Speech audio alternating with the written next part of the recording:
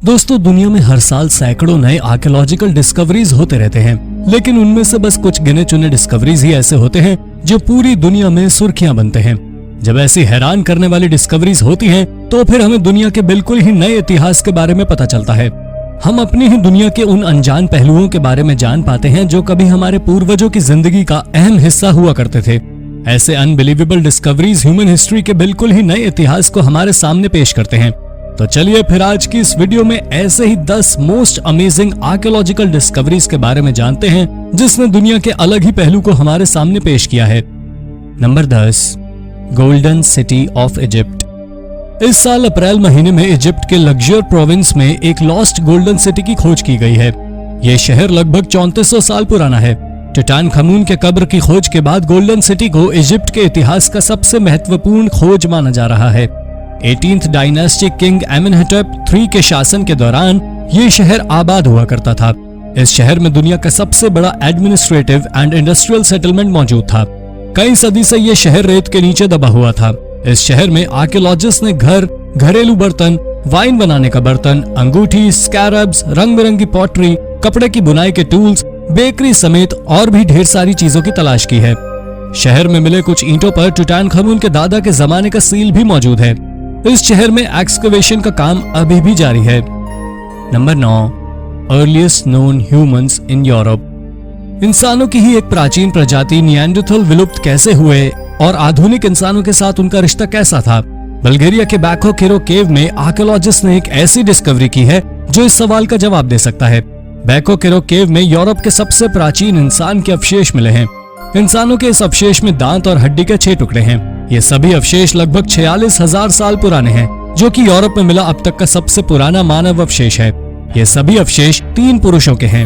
इन अवशेषों के डीएनए के जांच के बाद पता चला कि इन तीनों प्राचीन इंसानों को डीएनए निएंडरथल के डीएनए से 3% से 3.8% तक मिलता जुलता है और लगभग 5 से 7 जनरेशन पीछे जाने पर इनके एंसेस्टर्स निएंडरथल ही थे।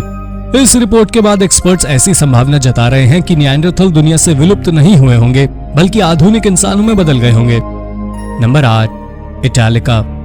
इटालिका की स्थापना रोमन जनरल साइपियो ने 206 BC में की थी। ये शहर रोमन साम्राज्य का स्पेन में फर्स्ट रोमन सेटलमेंट था। साथ ही ये इटली से बाहर फर्स्ट रोमन सिटी भी था।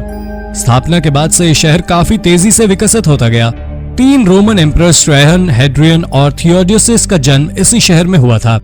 हेड्रियन के शासनकाल में यह शहर काफी ज्यादा विकसित हुआ, लेकिन जब स्पेन में मुसलमानों का शासन शुरू हुआ तब यह शहर वीरान हो गया। लोगों की पहुंच से दूर रहने के कारण यहाँ के सभी बिल्डिंग्स और मॉन्यूमेंट्स पूरी तरह संरक्षित रहे। इस शहर की खोज 17वीं शताब्दी में की गई। डिस्कवरी के बाद 20वीं सदी में स्पेन की सरकार ने इसे नेशनल मॉन्यूमेंट का दर्जा दिया। इस शहर में आज भी कई सारे खूबसूरत मॉन्यूमेंट्स मौजूद हैं। Number 7, ancient water distribution system. आज के समय में एक से बढ़कर एक एडवांस टेक्नोलॉजी की मदद से हर जगह पानी पहुंचाया जा सकता है, लेकिन एंशिएंट टाइम में वाटर डिस्ट्रीब्यूशन कैसे होता था? इस सवाल का जवाब ईरान में की गई ये आर्कियोलॉजिकल डिस्कवरी। आर्कियोलॉजिस्ट ने ईरान के लोरेस्टिन प्रोविंस के बोरियड शहर में एंशिएंट वाटर डिस्ट्रीब्यूशन सिस्टम को ढूंढा है। कंस्ट्रक्शन वर्क के दौरान हुई एक्सकेवेशन के बाद पता चला कि इस वाटर डिस्ट्रीब्यूशन सिस्टम की मदद से महल तक पानी का सप्लाई किया जाता था। पानी को प्यूरिफाई करने के लिए इसमें पॉटरी क्रॉक्स का भी इस्तेमाल किया गया था। हालांकि ये वाटर डिस्ट्रीब्यूशन सिस्टम किस जमाने के हैं, इस बात की जानकारी नहीं मिल सकी है। Number 6, Chauvet Pont d'Arc cave paintings. France का Chauvet Pont d'Arc cave दुनिया का one of the most important historical site है। साथ ही इस केव में बनाई गई paintings best preserve figurative cave paintings हैं। इस केव में एंशिएंट ह्यूमन आर्ट के साथ ही अपर पैलियोलिथिक लाइफ से रिलेटेड कई सारे इंपॉर्टेंट एविडेंस मौजूद हैं। इस केव पेंटिंग्स की खोज 1994 में हुई है। पेंटिंग्स के अलावा इस केव में मानव अवशेष भी मिले हैं, जिसकी कार्बन डेटिंग से पता चला कि ये अवशेष लगभग 39,000 साल पुराने हैं। इसका मतलब ये है कि सारे पेंटिंग्स भी उसी समय काल के हैं। वैज्ञानिकों का मानना है कि इतने साल पहले प्राचीन इंसानों में आधुनिक इंसानों की तरह समझ बूझ पैदा भी नहीं हुई थी। इसके बावजूद उन लोगों ने इतने शानदार पेंटिंग्स बना ली। ये पेंटिंग्स कहीं न कहीं वैज्ञानिकों की इस सोच पर सवाल तो पैदा करता है। Number 5, mounts shaped like animals. Nazca lines और रूइंड सिटी ऑफ शैनशियन जैसे आर्कियोलॉजिकल साइट्स के लिए मशहूर कोस्टल प्लेन्स ऑफ पेरू में एक और ऐसी आर्कियोलॉजिकल डिस्कवरी की गई है जो इस इलाके को और भी ज्यादा इंपॉर्टेंट बना चुका है। आर्कियोलॉजिस्ट ने इस इलाके में अलग अलग जानवरों के आकार में बनाए गए पत्थरों को ढूंढा है। यहाँ पर पत्थरों के ढेर को अलग अलग जानवरों और पक्षियों का रूप दिया गया है। इन सभी स्कल्पचर का निर्माण लगभग 5000 साल पहले किया गया है। जिस दौरान इजिप्ट के लोग पिरामिड बनाने में बिजी थे, उसी दौरान पेरू के लोग इन चट्टानों को जानवरों और पक्षियों का रूप देकर एक अलग ही इतिहास गढ़ रहे थे। इनमें से कुछ स्कल्पचर तो ऐसे भी हैं जिनका आकार 1300 फीट से भी ज्यादा है। इस जगह की खोज सैटेलाइट फोटोज के माध्यम से की गई थी। एक्सपर्ट्स का मानना है कि इन सभी स्कल्पचर का निर्माण एस्ट्रोनॉमिकल सिंबल के रूप में किया गया होगा। Number 4, Saint Lythans burial chamber. Wales के सेंट लीथन्स में स्थित इस बरियल चेंबर से रिलेटेड कई सारे मिथ्स मौजूद हैं, जिसके अनुसार यदि कोई इंसान 23 जून की रात को इस बरियल चेंबर में रात गुजारता है तो फिर या तो उसकी मृत्यु हो जाएगी या फिर वो पागल हो जाएगा, और यदि इन दोनों में से कुछ नहीं हो तो वो शायर बन जाएगा। मिथ्स को अलग रखते हुए फैक्ट की ओर लौटते हैं। इस मेगालिथिक स्ट्रक्चर का निर्माण लगभग 6000 साल पहले किया गया है। इस स्ट्रक्चर के निर्माण में मडस्टोन का उपयोग किया गया है। नीचे 3 मडस्टोन इंस्टॉल किए गए हैं और इसके ऊपर एक बड़ा सा कैपस्टोन मौजूद है। कैपस्टोन की लंबाई 13 फीट, चौड़ाई 10 फीट और इसकी मोटाई 2 फीट है। इसका वजन लगभग 40 टन है। ऐसी संभावना जताई जाती है कि इसका उपयोग सेरेमोनियल साइट्स के रूप में किया जाता रहा होगा। लेकिन सबसे बड़ा सवाल ये है कि 6000 साल पहले इतने भारी भरकम चट्टानों को उठाकर इसका निर्माण कैसे किया गया। Number 3, queen Elizabeth I manuscript. 1558 से 1603 तक इंग्लैंड पर शासन करने वाली क्वीन एलिजाबेथ I के जमाने में पढ़े लिखे लोगों की संख्या काफी कम थी। इवन ज्यादातर राजा महाराजा भी जाहिल ही हुआ करते थे, लेकिन क्वीन एलिजाबेथ पढ़ना और लिखना दोनों जानती थी। इस बात का एक और सबूत नवंबर 2019 में मिला है।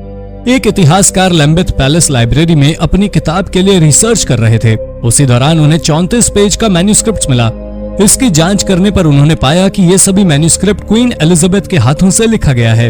उन्होंने इस मैन्युस्क्रिप्ट में रोमन हिस्टोरियन टैकिटस के किताब का ट्रांसलेशन लिखा था। साथ ही उन्होंने राजतंत्र के समर्थन में भी कुछ बातें लिखी थी। Number 2, petroglyphs on Ometepe island. Ometepe island पर मौजूद ये पेट्रोग्लिफ्स इस आइलैंड की सबसे बड़ी मिस्ट्री है। 1995 से 1999 के दौरान आर्कियोलॉजिस्ट ने इस आइलैंड पर 1700 से ज्यादा पेट्रोग्लिफ पैनल्स यानी कि रॉक क्रेविंग्स ढूंढे थे। इसके साथ ही यहाँ मिट्टी के बने बर्तन, स्टोन स्टैचू समेत और भी कई सारी चीजें मिली थी। लेकिन इन चीजों की डिस्कवरी के साथ ही सबसे बड़ा सवाल भी पैदा हो गया, आखिर इन चीजों का निर्माण किसने किया था। यहाँ पहली इंसानी बस्ती बसाई जाने से सदियों पहले ही इन सभी चीजों का निर्माण किया गया था। ये सभी चीजें लगभग 3000 साल पुरानी हैं। यहाँ कुछ ऐसे भी सिंबल्स बने हुए हैं जिन्हें कोई पहचान नहीं सका है। इस आइलैंड पर कौन सी ऐसी सिविलाइजेशन मौजूद थी जिसने इन चीजों का निर्माण किया और फिर विलुप्त हो गए? इस सवाल का जवाब शायद हमें कभी नहीं मिल सकता है। Number 1, ancient city of Iran.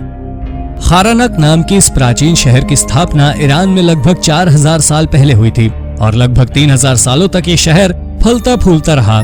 लेकिन लगभग 1000 साल पहले ये शहर पूरी तरह वीरान हो गया। आज इस शहर में बनाए गए कच्ची ईंटों के घर खंडर में बदल रहे हैं। हालांकि खंडर में बदल चुके इस शहर को देखकर आज भी इसकी भव्यता का अंदाजा लगाया जा सकता है। यहाँ कई सारे शानदार घर और आलीशान किला मौजूद हैं। लेकिन इस शहर की जो सबसे खास बात है वो है यहाँ का एक मीनार। इस मीनार को इस तरह से बनाया गया है कि ये हवा में हिलता है। सदियों से हवा में हिलते रहने के बावजूद ये मीनार आज भी अपनी जगह पर मजबूती से खड़ा है। तो दोस्तों, आपको इनमें से कौन सी आर्कियोलॉजिकल डिस्कवरी सबसे ज्यादा अमेजिंग लगी, कमेंट में जरूर बताएं। और वीडियो अच्छी लगी हो तो इसे लाइक और शेयर करें और चैनल को सब्सक्राइब करना ना भूलें। धन्यवाद।